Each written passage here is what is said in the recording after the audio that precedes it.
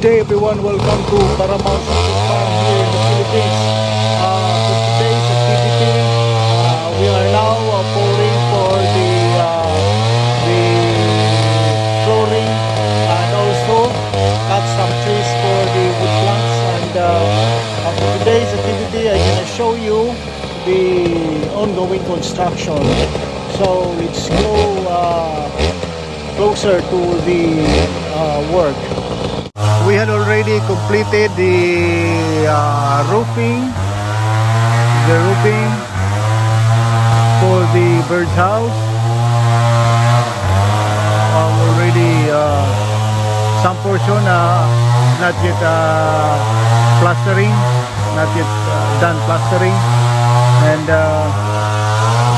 for today's activity, we are pouring concrete on the flooring. So we're gonna go inside the bird's house.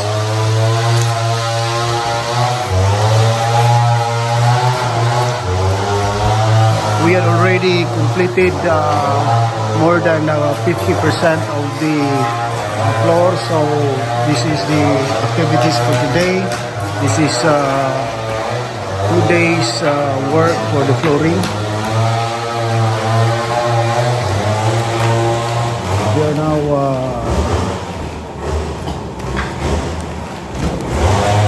preparing for the floor. So,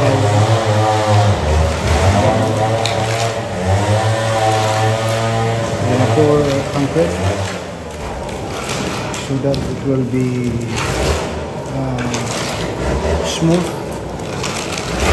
so that it is easily for us to get the droppings. It's easily clean. So that's what we did. That's what we did for this floor.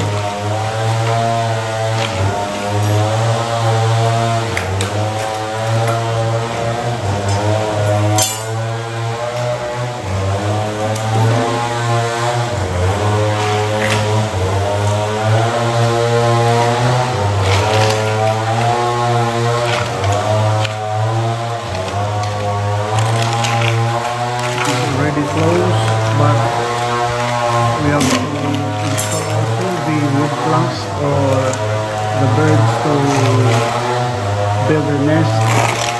So this is not yet closed. Some part of the walling is not yet have wall. So this area we gonna put this walling after we have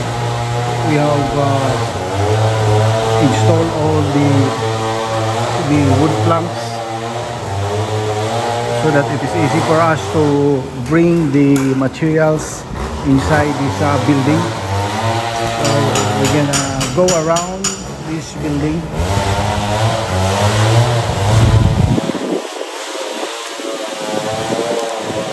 This is my wood.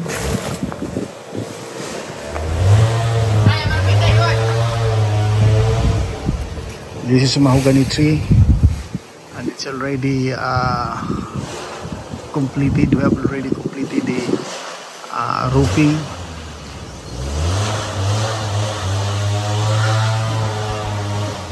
Here, I have also to put plastering on the walling, but I have to finish first the inside of my building.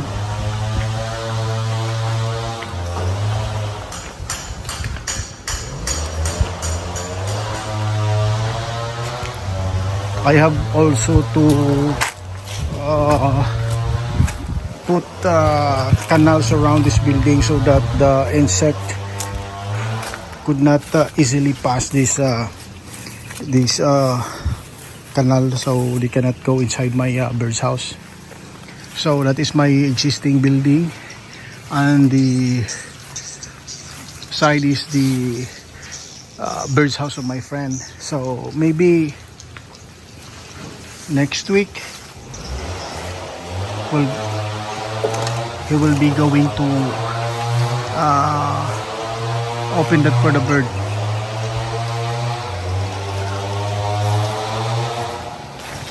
So this is the other side of the building. Some part had already plastered.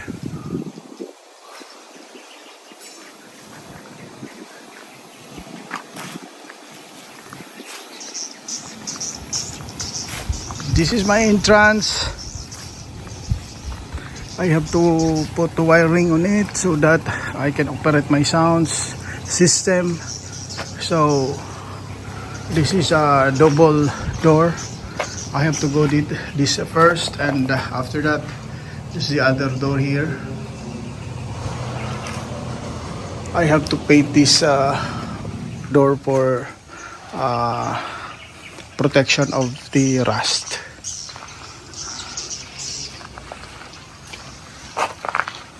I have also to cut this tree, mahogany tree, for the wood planks used in my bird's house. Maybe next week.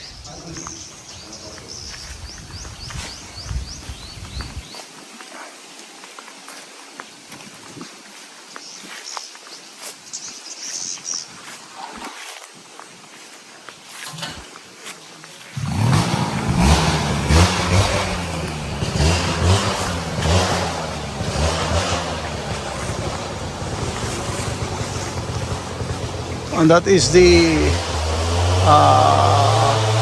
look at the hole up there. That's the round is the entrance of the bird. And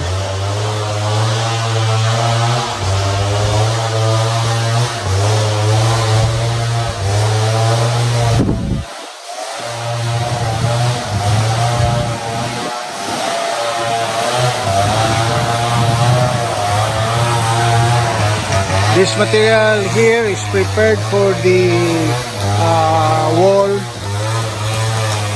that not yet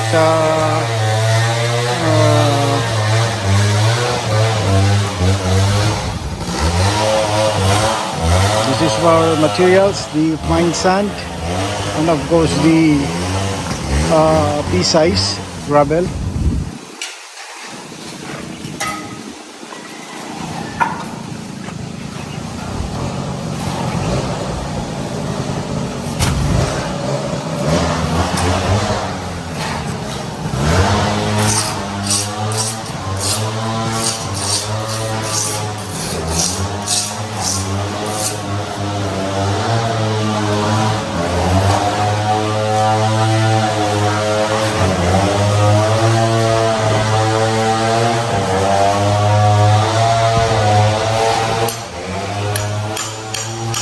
Okay, storya pod.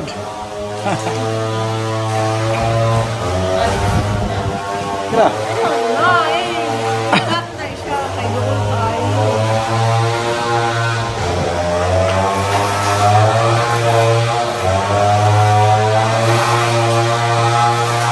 Maybe tomorrow we're gonna finish this flooring activity. So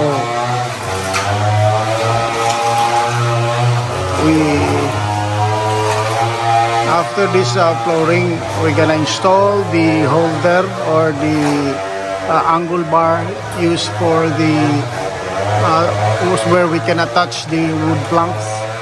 So next day activity, that would be the installation of the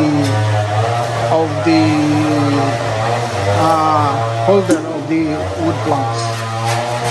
So maybe 3 weeks from now, this building will be completed, hopefully.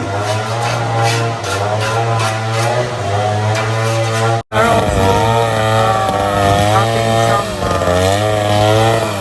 some wood for the wood planks. That is the pulo tree.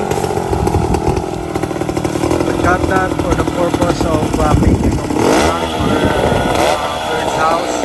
And I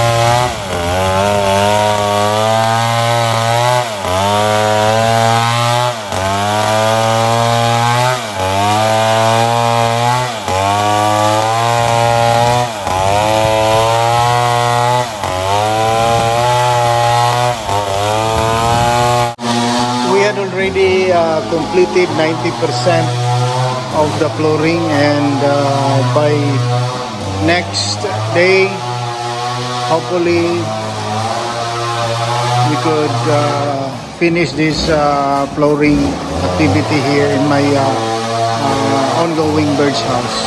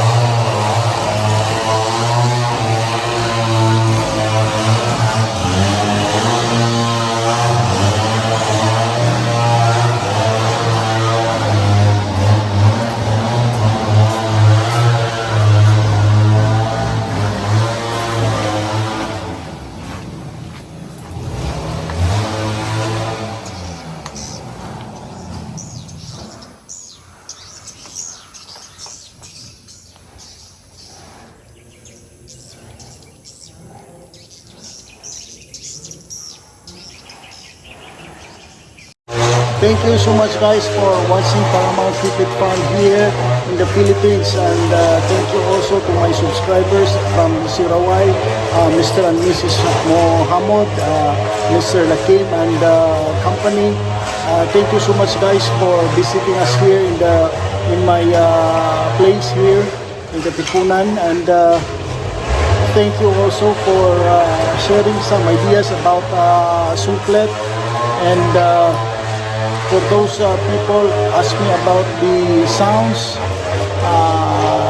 For today, I don't have any recorded sounds because I'm planning to record in my existing bird's house, and I will put it here so that some of those birds will transfer in my new bird's house.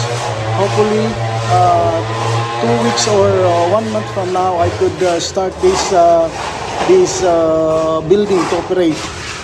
And thank you so much for watching Paramount Pipit Farm. Thank you.